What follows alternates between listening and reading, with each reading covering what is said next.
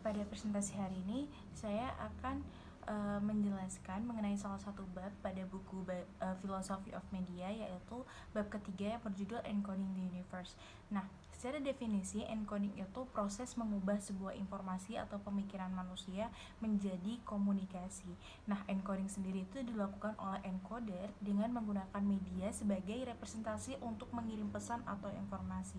Jadi, jika contohnya itu seperti pada zaman filsuf, itu tuh ada filsuf bernama Thales, itu salah satunya menggunakan geometri sebagai media untuk menyampaikan informasi dalam proses komunikasi. Sehingga di sini itu artian encoding itu sendiri itu seperti komunikasi dilakukan dengan cara mengkodekan sesuatu sebagai media. Nah, pada subbab ini diawali dengan menyebutkan pemikiran Thales mengenai geometri. Nah, Thales sendiri itu siapa sih? Thales itu merupakan salah satu filsuf yang dia itu memiliki gelar sebagai filsuf yang pertama. Gelar tersebut itu diberikan oleh Aristoteles. Nah, kembali lagi mengenai pemikiran geometri. Secara teknik, geometri itu merupakan media sebagai sarana pemrosesan dan penyimpanan informasi. Dan geometri sendiri itu dianggap masih bergantung dengan tulisan, sedangkan tulisan sendiri dianggap mudah hilang atau mudah mati. Maka dari itu, dalam pidatonya Plato menyebutkan, Plato sendiri itu siapa? Plato juga seorang filsuf Yunani.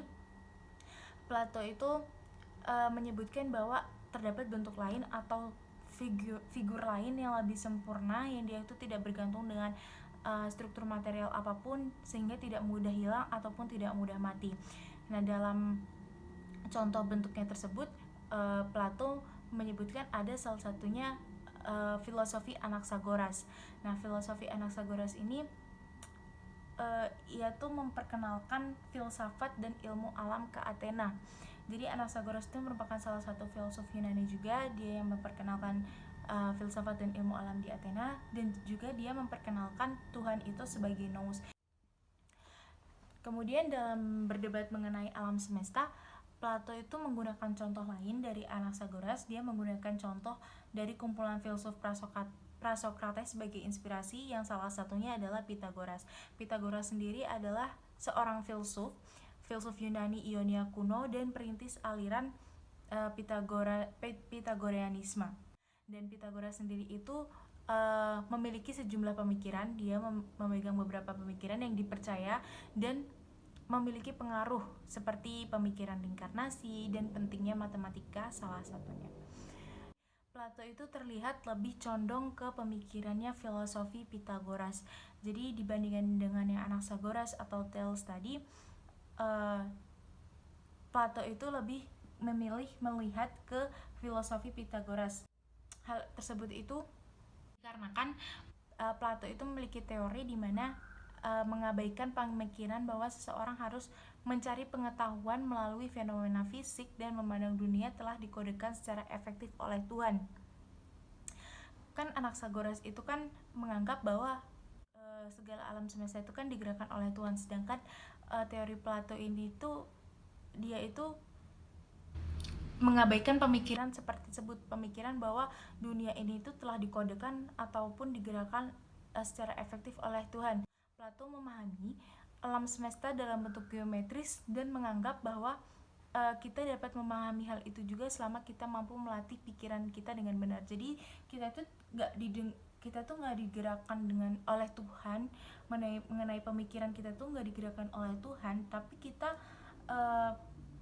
bisa mencari itu sendiri, melatih pikiran kita itu sendiri gitu, sehingga kita menemukan bentuk-bentuk tertentu. The Book of Nature merupakan subbab kedua dari bab ketiga, yaitu Encoding the Universe pada buku Philosophy of Media. Pada subbab ini diawali dengan penjelasan bahwa supernasi intelektual matematika yang dibahas pada subbab-subbab sebelumnya tidak pernah benar-benar eksis di Eropa sampai abad ke-13. Namun ketika Leonardo Fibonacci, seorang matematikawan Italia, mengimpor sistem bilangan Hindu-Arab, sistem itu merevolusi pemahaman Barat tentang matematika, di mana sistem sebelumnya yang diwarisi dari Romawi memungkinkan para filsuf awal untuk mengharapkan kebenaran abstrak yang dikodekan dalam bentuk geometris. Sistem bilangan Hindu-Arab yang dibawa oleh Fibonacci memasukkan angka 0 sebagai elemen yang paling penting, karena akan menjadi representasi sederhana dari angka-angka yang besar. Sistem tersebut dengan cepat diadopsi oleh pedagang barat. Pada abad ke-16, angka Romawi sebagian besar telah digantikan di barat, didorong oleh penambahan signifikan lainnya pada notasi numerik, seperti penambahan tanda plus minus oleh Johann Wittmann yang tidak hanya bertujuan untuk memudahkan pembukuan, namun kemungkinan akan memunculkan aljabar. Ronde Descartes merupakan filsuf pertama seorang polimat Perancis yang mencerminkan kemajuan sistem ini dalam karya matematika. Hal tersebut terbukti dalam pencapaiannya yang mengembangkan sistem geometrik analitik, dan yang utama adalah membentuk hubungan antara aljabar dengan geometri. Descartes memutuskan bahwa hal khususnya seperti matematika akan ditemukan melalui kebenaran. Ia mengamati di antara semua orang yang mencari kebenaran dalam sains, hanya seorang matematikawan yang dapat menemukan kesimpulan yang pasti dan terbukti logis. Operator aljabar merupakan satu-satunya argumen yang dapat diterima Descartes. Descartes berpendapat Tuhan menciptakan dunia sesuai hukum yang konsisten dan abadi agar kita dapat memahaminya. Konsekuensinya adalah peran individu yang rasional untuk memahami hukum-hukum ini dan menggunakannya untuk mengembangkan pemikiran yang jelas dan berbeda tentang semua hal di dunia ini. The Question of Objectivity. The Question of Objectivity merupakan bab keempat dalam buku Philosophy of Media. Pada bab ini, objektivitas oleh media dipertanyakan. Konsep objektivitas hadir secara khusus dalam jurnalisme dalam menyampaikan berita secara faktual. Namun pada intinya, objektivitas merupakan konsep filosofis yang berhubungan dengan pertanyaan epistemologi. Maka dari itu, bab ini akan membahas beberapa cara penting di mana objektivitas telah dipahami dalam tradisi filosofi barat. Dalam dialog, awalnya Platon tidak menunjukkan minat yang kuat pada metafisika. Perdebatan yang digambarkan antara Socrates dan berbagai lawan bicaranya cenderung berfokus terutama pada pertanyaan etika dan kemungkinan pengetahuan. Hasil akhir dari banyak dialog ini adalah keadaan aporia, di mana baik Socrates maupun lawan bicaranya tidak dapat melanjutkan lebih jauh dengan pertanyaan mereka. Mereka tidak lagi dapat berbicara tentang sesuatu subjek dan tentang yang tidak mereka ketahui.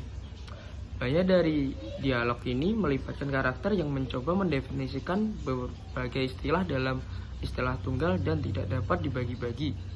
Misalnya, Krito berurusan dengan keadilan, Eidpiro dengan kekudusan dan kesalehan, Hippias Major dengan kecantikan, dan Lysis dengan persahabatan. Namun pada masa Republik, metode penyelidikan ini agak berubah. Pada titik inilah Plato pertama kali mengembangkan teori bentuknya yang dalam banyak hal menentukan periode pertengahannya.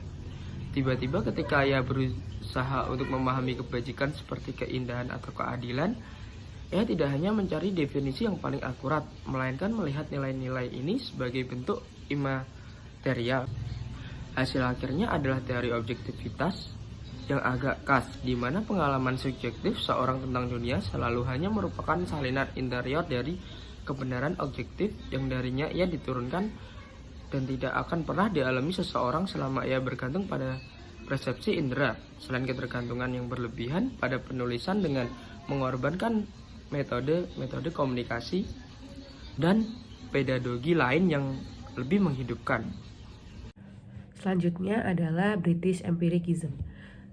Pada zaman dahulu, filsuf-filsuf itu mulai mempertanyakan mengenai kebenaran dan juga objektivitas. Namun mereka tentu condong atau jatuh ke salah satu pandangan ataupun kelompok. Lalu mereka juga mempertanyakan apakah mereka percaya pada kebenaran fakta yang berlangsung terlepas dari pemikiran manusia atau yang disebut dengan idealism atau realism. Atau bahkan mereka juga mempertanyakan kemungkinan mengetahui kebenaran itu, atau mereka mempertanyakan juga apakah hal tersebut ada atau tidak sama sekali, yang juga disebut sebagai skepticism. Klaim atau Agustinus tentang ide-ide pikiran dan Tuhan Kristen yang menekankan bahwa kebenaran dapat dicari melalui penyelidikan rasional maupun wahyu mistik merupakan salah satu pengaruh dari dominasi Kristen di Eropa Barat. Pada revolusi ilmiah abad 15, para filsuf mulai mempertanyakan tentang kebenaran objektif dan bagaimana cara memperolehnya. Bacon memandang bahwa kebenaran objektif itu merupakan fakultas akal manusia yang dikombinasikan dengan instrumen ilmu alam sebagai sarana yang dapat mengembangkan hipotesis yang berkaitan dengan dunia luar. Gerakan filosofis yang dominan selama akhir abad 17 dan juga awal abad 18 di Inggris Raya dikenal sebagai empirisme Inggris dan mengikuti lintasan yang sedikit berbeda atau agak berbeda dengan kontinental pada zamannya. Decritus juga menyadari bahwa indranya tidak dapat diandalkan karena ia menganggap bahwa ada kemungkinan bahwa indranya ini tuh dikendalikan oleh makhluk jahat. Hal ini biasa disebut sebagai kebenaran objektif. Segala sesuatu yang kita ketahui tentang dunia, hukumnya berasal dari pengalaman indera kita.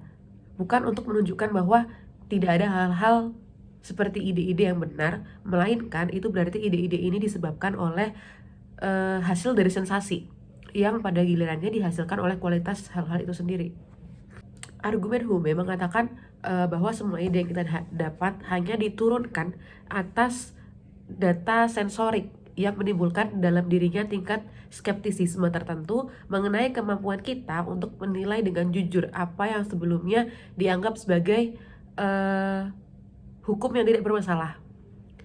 Yang paling terkenal, Hume menyadari bahwa data sensorik tidak cukup untuk membuktikan hukum sebab dan akibat. Newton menentang pemahaman seperti itu. Ia menekankan bahwa Tuhan yang membangun dan memelihara hukum tersebut. Apa yang sama-sama dimiliki oleh kaum rasionalis dan empiris, sebagian besar adalah komitmen terhadap pandangan dunia sebagai sesuatu yang teratur, logis, dan dapat dibayangkan secara rasional. Zaman pencerahan mencerminkan keyakinan ini dalam upayanya untuk membangun katalog semua objek dan fenomena dunia dalam struktur skema yang ketat. Kedatangan mesin cetak di Eropa membuat penyebaran filsafat ini berkembang pesat gitu. Hasilnya adalah visi ensiklopedis filsafat. Masing-masing filsuf berjuang untuk menghasilkan sistem yang lengkap dan menyeluruh yang dapat menggambarkan dan menjelaskan semua aspek keberadaan manusia.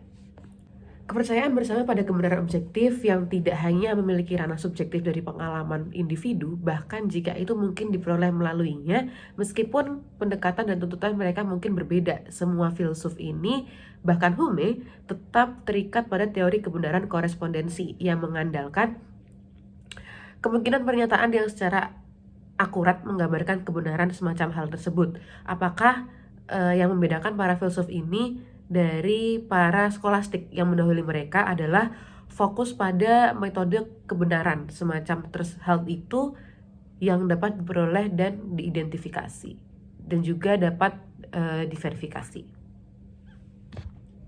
Dalam dialog awal, Plato tidak menunjukkan minat yang kuat pada metafisika perdebatan yang digambarkan antara Socrates dan berbagai lawan bicaranya, cenderung berfokus pada pertanyaan etika dan kemungkinan pengetahuan. Banyak dari dialog ini melibatkan karakter yang mencoba mendefinisikan berbagai istilah dalam istilah tunggal dan tidak dapat dibagi. Namun, pada masa Republik, metode penyelidikan ini agak berubah. Kesamaan argumen di sini harus jelas dan pada kenyataan tampaknya salah satu motivasi di balik teori bentuk Plato adalah untuk mendamaikan pemikiran dua pengaruh filosofis terbesar, yaitu Heraklitus dan Parmenides. Sederhananya, Plato tidak ragu kebenaran objektif, yaitu kebenaran realitas yang terletak di luar dan dengan demikian sama sekali tidak bergantung pada pengalaman subjektif, tetapi ia hanya percaya kepada para filsuf yang ada yang dapat mengaksesnya. Plato menawarkan apa yang biasanya disebut sebagai teori kebenaran korespondensi yang berpendapat bahwa suatu pernyataan dianggap benar ketika sesuai atau akurat dengan keadaan sebenarnya.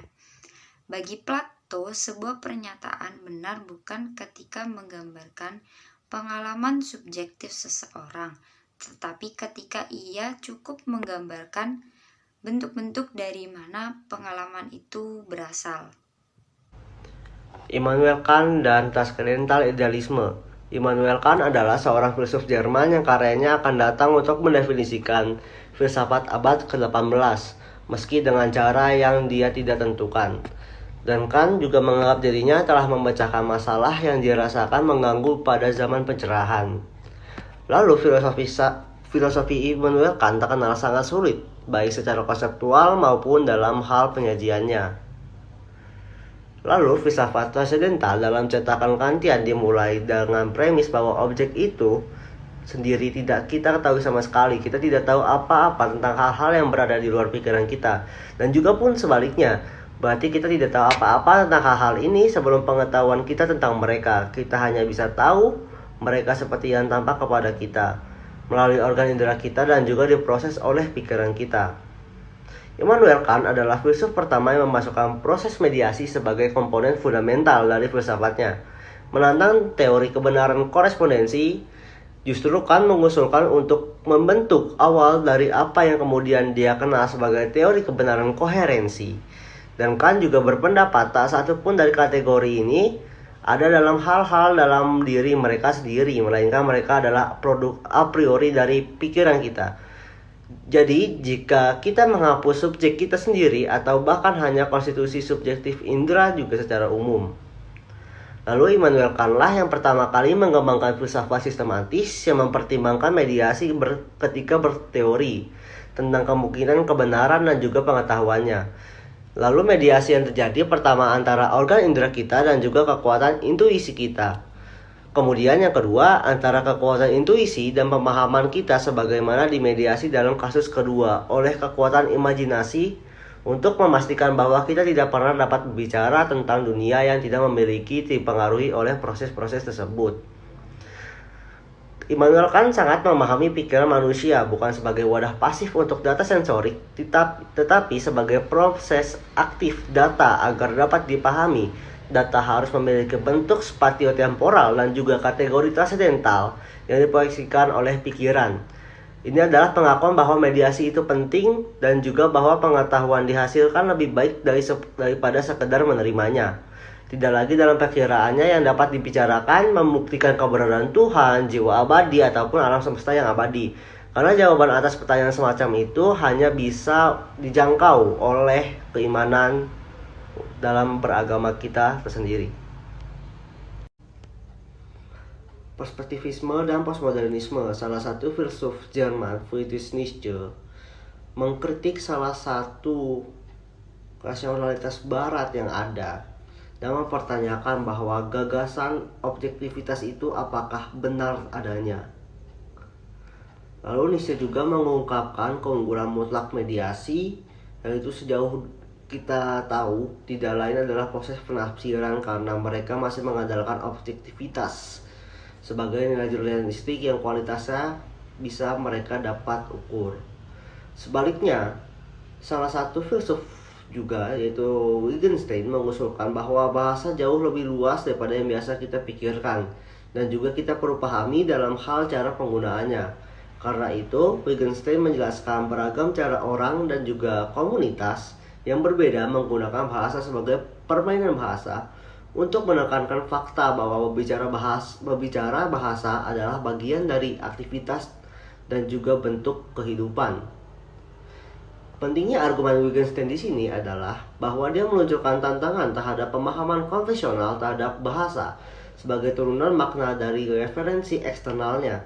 Sebaliknya, bahasa tampaknya menciptakan realitas sebanyak menggambarkannya dan disebut juga postmodernisme. Lalu dibangun di atas pemikiran Nietzsche yang di atas untuk menyatakan bahwa semua pengetahuan bertumpu pada ketidakadilan, bahwa tidak ada hak bahkan dalam tindakan mengetahui untuk kebenaran atau dasar untuk kebenaran. Sehingga pengetahuan ini sama merusaknya dengan pengetahuan itu dan juga mencerahkannya, secara bertahap menghancurkan gambar itu sendiri. Lalu, mengacu dengan konsep Wittgenstein yang disebutkan dengan sebelumnya secara berurutan untuk menyatakan bahwa permainan bahasa adalah hubungan minimum yang diperlukan untuk masyarakat tetap eksis dan juga mendefinisikan postmodern tersebut. Dengan hal skeptismenya menuju apa yang dia sebut metanarasi untuk menceritakan narasi sejarah yang sudah ada untuk menggambar tujuan teologis yang seharusnya mereka tuju.